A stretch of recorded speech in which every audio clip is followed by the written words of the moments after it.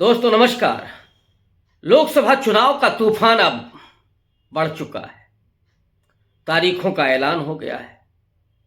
India alliance और NDA के बीच मुकाबला सीधे तौर पर दिखाई पड़ रहा है। लेकिन कुछ और खिलाड़ी हैं जो अपना अपना पेचो-खम दिखाने की जुगत में है, अपने दांव खेल रहे हैं।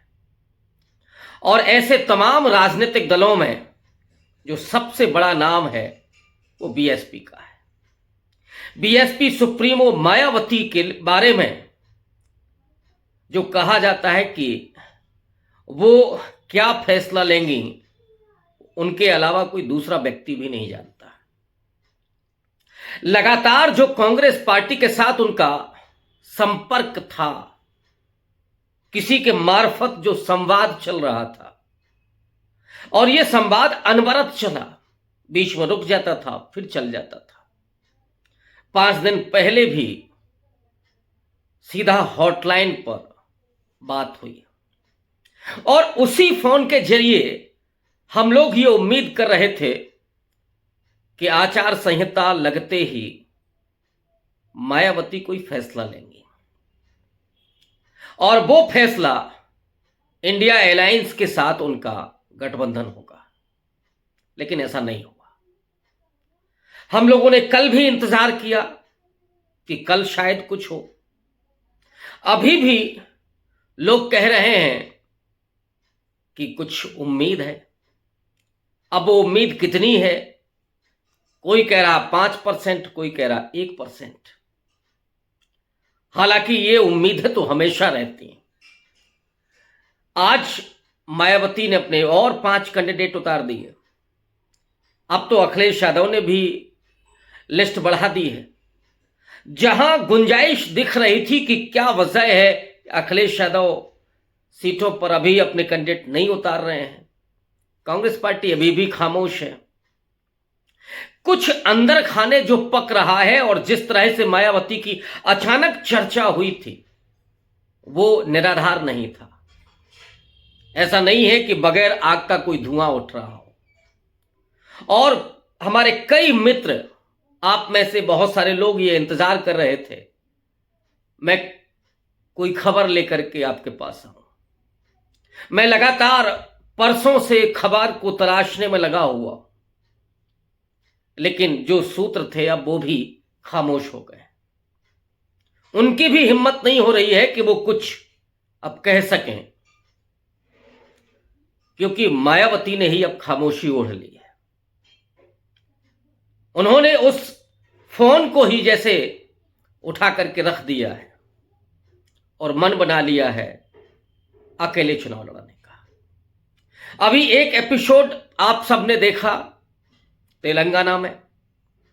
आरएस प्रवीण, पूर्व आईपीएस, डॉक्टर अंबेडकर की विचारधारा से बेहद प्रभावित, समाज से भी आईपीएस होने के बावजूद समाज कल्याण मंत्रालय के साथ जुड़े रहना, सामाजिक न्याय की पूरी वैचारिकी के साथ निरंतर जुड़े रहना। पिछले विधानसभा चुनाव में बड़ी मेहनत उन्होंने की, नतीजा तो सिफर रहा। अभी उन्होंने बीआरएस के साथ गठबंधन किया था, चंद्रशेखर राव के साथ, और अचानक उनका फैसला आता है कि वो बीएसपी से रिजाइन कर रहे हैं। हालांकि उन्होंने कोई ऐसी कटु बात नहीं की। मायावती के प्रति बड़ा रिस्पेक्ट उन्होंने अपने ट्वीट में दर्ज किया। लेकिन चलते चलते उन्होंने एक बात कह दी कि ऐसे लगता है कि बीजेपी के दबाव में बीएसपी काम कर रही है और यहां पर भी हमें गठबंधन छोड़ने के लिए कहा गया था। 2 ही सीटें मिली थी बीएसपी को और उसमें से उम्मीद की जा रही थी कि एक सीट पर खुद आरएस प्रवीण चुनाव लड़ेंगे। उन्होंने कहा कि बीजेपी के दबाव में मैं काम नहीं कर सकता और लिहाजा अपने पद से त्यागपत्र दे रहा हूं। इसको लेकर के आकाश आनंद और उनमें कुछ ट्विटर पर वार भी हुआ। यह दिखाता है कि कहीं ना कहीं स्थितियां कुछ पेचीदा हैं अब वो क्या दबाव में है। मैं बार बार कहता हूं कि मायावती को कोई डरा नहीं सकता। मायावती को डराने वाला कोई पैदा नहीं हुआ। उसकी वजह पूरे देश में उनकी फॉलोइंग है, उनके प्रति रिस्पेक्ट है, उनके प्रति भावुकतापूर्ण रिश्ते हैं लोगों के। क्योंकि ये वो पार्टी है जो शून्य से खड़ी होती है। उन दलित वंचितों की वो पार्टी बनती है जो ठीक से बोल नहीं पाते थे, जिनकी झुक करके चलते चलते कमर टेढ़ी हो गई थी, जो चप्पल पहन करके नहीं चल सकते थे, जो नौजवान शादी में घोड़ी पर नहीं बैठ सकते थे, हाथ से मैला ढोने की प्रथा चल रही थी, हरवाहे रखे जा रहे थे, माने जमींदारी प्रथा पूरी तरीके से थी, शोषण हो रहा था दलित वंचित महिलाओं का। उस वंचित समाज के भीतर से आग को जलाकर, तपाकर, आंदोलन पैदा करके डॉक्टर अंबेडकर के उस सपने को ले जाकर के खड़ा किया कांशीराम ने। और कांशीराम ने पूरा कल्चरल मूवमेंट पैदा किया। कहीं लखन पासी आते हैं, उदा देवी पासी आती है, झलकारी बाई कोरी आती है, ऐसे ही तमाम बहुजन नायक, फूलन देवी कश्यप समाज से, निषाद समाज से, मल्लाह समाज से, ऐसे ही कई किरदार उन्होंने इतिहास के निकाल करके, दीना भंगी, सैकड़ों नाम, गीतों के जरिए लोकगीत लिखे गए जिसमें संविधान के बारे में, अंबेडकर के बारे में और इन तमाम आइकॉन्स के बारे में, उनके इतिहास को, जिस इतिहास को लिखा ही नहीं गया था, कोई तवज्जो ही नहीं मिली थी, उस इतिहास को सृजित किया गया। और फिर लोकतंत्र की उस ताकत को महसूस करते, वोट की ताकत का एहसास करा के मान्यवर कांशीराम ने दलितों वंचितों को खड़ा होना सिखाया, पॉलिटिकली मजबूत किया। और उत्तर प्रदेश में, जो देश का सबसे बड़ा सूबा, वहां पर अपनी सत्ता स्थापित की। और एक बार नहीं, 4-4 बार मायावती मुख्यमंत्री बनी। उन्होंने गठबंधन बीजेपी के साथ भी किया, माने उसका भी समर्थन लिया। एक बार नहीं, 2-2 बार, 3-3 बार। कांग्रेस के साथ भी गठबंधन, समाजवादी पार्टी के साथ भी गठबंधन, लेकिन हमेशा अपनी शर्तों पर। 2007 में पूर्ण बहुमत की सरकार चलाई, बहुजन से सर्वजन का नारा दिया और दलित वंचित तबके से बाहर निकल करके अपर कास्ट में भी राजनीति को उन्होंने आगे जगह दी। बहुत सारे विश्लेषक ये कहते हैं कि मायावती का डिक्लाइन वहीं शुरू हो गया था जहां उन्होंने बहुजन से सर्वजन की राजनीति शुरू की। हालांकि मैं आज इस बात से इत्तेफाक नहीं रखता कि वहां से डिक्लाइन शुरू हुआ या बहुजन से सर्वजन की राजनीति करना गलत कदम था। मुझे लगता है कि लोकतंत्र में आपको सबको लेकर के चलना होता है। वो बात अलग है कि उस चलने में आपकी नीतियां क्या होंगी, आपके निर्णय क्या होंगे, आपको कहना तो पड़ेगा ही, जैसे नरेंद्र मोदी कहते हैं। लेकिन जो एक एक करके तमाम मान्यवर कांशीराम के साथ के नेता थे, चाहे वो बाबू सिंह कुशवाहा हो, स्वामी प्रसाद मौर्य हो, या ऐसे ही तमाम दिग्गज जो एक एक करके बीएसपी से बाहर निकलते चले गए, निकाल दिए गए। और उन पर आरोप क्या थे? बहुत छोटे मोटे आरोप या उनकी छोटी मोटी गलतियां, शायद उन्हें माफ भी किया जा सकता था। लेकिन मायावती की अपनी राजनीतिक स्टाइल है, अपनी शैली है। आज उनके पास कोई एक भी बड़ा चेहरा नहीं है। ले दे करके नंबर 2 पर सतीश मिश्रा को रखा जाता है, लेकिन सतीश मिश्रा न तो उस विचार की को मानते हैं और न ही उनकी प्रतिबद्धता कभी बीएसपी के प्रति हो सकती है। यहां से भी लोगों को थोड़ा डाउट हुआ था। और फिर इसके साथ साथ जहां मायावती जी ने दलितों के मुद्दों पर भी खामोश रहना शुरू किया, वो भी एक झटका था उस पूरे समाज के लिए। लेकिन फिर भी वो अपनी नेता, जिसे वो देवी की तरह पूजता था, और ये तो काबिले तारीफ है कि मायावती जब तक मंच पर बोलती रही और जब तक उन्होंने अपने बातों को लोगों तक पहुंचाया, जो जोड़ा, वो कांशीराम के शिष्या होने का उन्होंने बखूबी जो परिचय दिया। जब कांशीराम कहते थे कि पहले मतदान फिर जलपान, ये वोटिंग राइट के प्रति जो चेतना थी, लोग जब रुपए 2 रुपए में बिक जा रहे थे, डर जा रहे थे, उस वक्त कांशीराम ये कहते थे कि वोट बेचना अपनी बहन बेटी की इज्जत को बेचना है, उसके बराबर है। कांशीराम ने जहां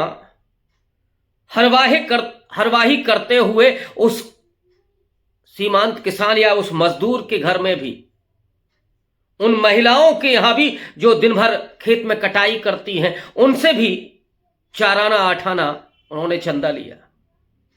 उनके जज्बात, उनके दुख दर्द, उनकी पीड़ा को व्यक्त करते हुए जब कांशीराम साहब उनको जब सपने दिखाते थे, उनके भीतर जब वो समझ पैदा करते थे, तो जैसे कभी सुभाष चंद्र बोस को लोगों ने अपने गहने दे दिए, अपनी संपत्ति दे दी, पैसा दे दिया, लेकिन मान्यवर साहब के जो लोग थे उनके पास कौड़ियां भी नहीं थी। फिर भी उन्होंने मजदूरी करके, कटाई करके, हरवाही करके, खेत में पानी दे करके वो पैसा 4 आना 8 आना दिया और कांशीराम ने उस पूरी पार्टी को खड़ा किया। बामसेब के जरिए एक नया प्रयोग किया भारतीय राजनीति में। सरकारी कर्मचारी और अधिकारियों को डॉक्टर अंबेडकर का वो संदेश याद दिलाया कि समाज को रिटर्न करना है, पे बैक टू सोसाइटी।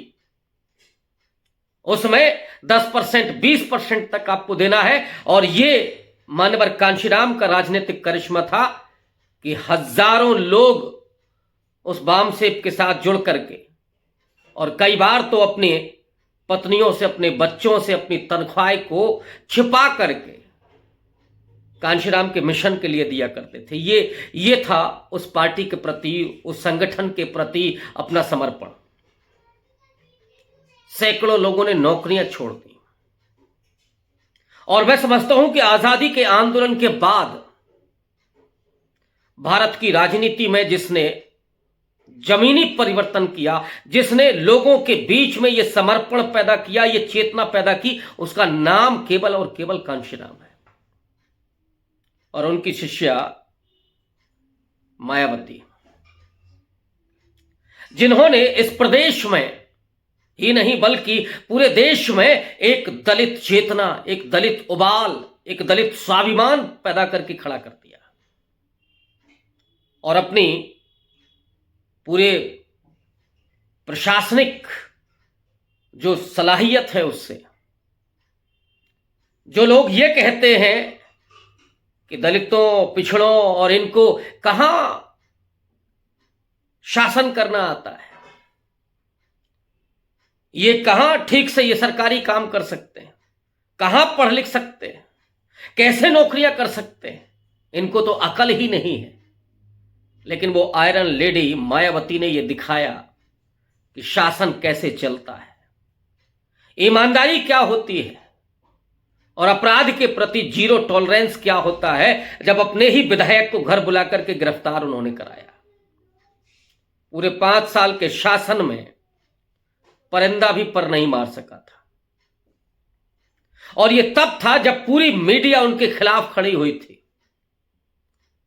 उन्हें दलित की बेटी से दौलत की बेटी कहने लगा था, और वजह सिर्फ इतनी थी कि वो अपने जन्मदिन पर उन्होंने रुपयों की माला का उपहार लिया।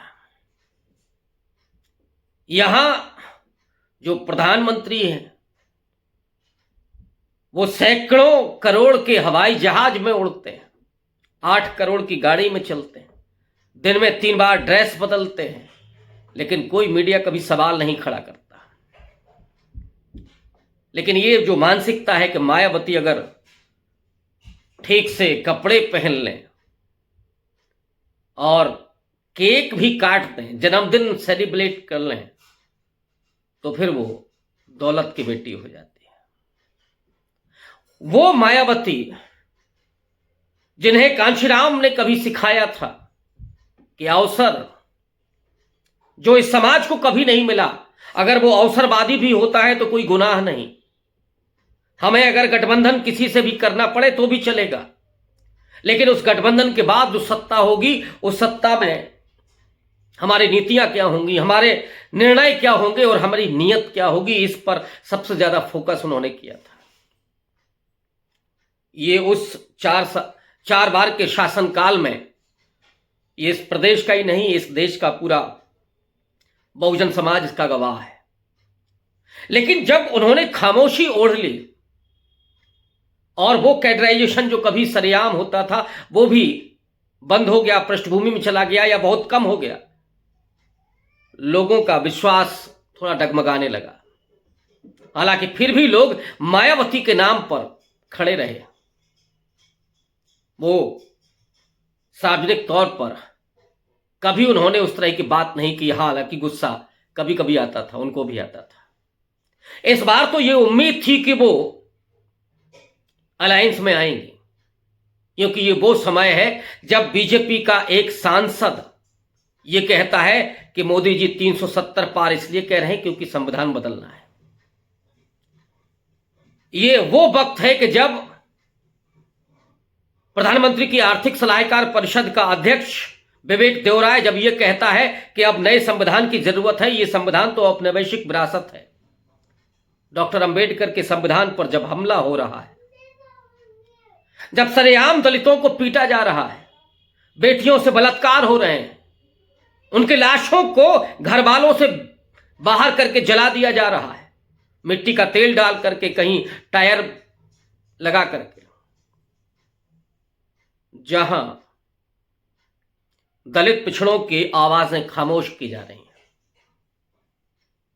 जहां पर उनकी नीतियां, उनका आरक्षण ही प्रश्नांकित है, जहां उस छल से सरकारी नौकरियां ही खत्म की जा रही, गांव के प्राइमरी स्कूल खत्म किए जा रहे हैं, वो गरीबों के बच्चे पढ़ने कहां जाएंगे? क्या उनको कोई सीएमएस, ला मार्टियर या कोई इस तरह का स्कूल पढ़ने को मिलेगा क्या? ये उम्मीद मायावती से थी कि वो इंडिया अलायंस में आएंगी, इस हिंदुत्व की ताकत का, इस सत्ता का मुकाबला करेंगी, और वो ये भी हो सकता है, ये भी संभावना थी कि कल को प्रधानमंत्री हो। लेकिन उनकी तरफ से जब खामोशी है, पत्रकार तो यहां तक कह रहे हैं कि उनकी तरफ से कोई संकेत नहीं मिला, और ये उनकी डिग्निटी को सैल्यूट मैं करता हूं कि वो कभी अपनी तरफ से पहल नहीं करती, लेकिन वक्त जब बुरा हो तो पहल भी करनी पड़ती है, कुछ कंप्रोमाइज भी करना पड़ता है। अगर ये कंप्रोमाइज नहीं दिख रहा है, अगर वो इंडिया अलायंस के साथ नहीं जाने का उन्होंने फैसला कर लिया है, तो यह फैसला बीएसपी के लिए उतना भारी नहीं है, यह फैसला उस समाज को, बहुजन समाज पर भारी पड़ने वाला है। और इसीलिए लोगों में निराशा ही नहीं, थोड़ी नाराजगी भी दिख रही है, और इसका नुकसान जाहिर तौर पर बीएसपी को भी उठाना पड़ेगा। लेकिन अभी तो समाज संकट में है, उसको बचाने की जिम्मेदारी बहन जी पर थी। देखिए होता है क्या। शुक्रिया।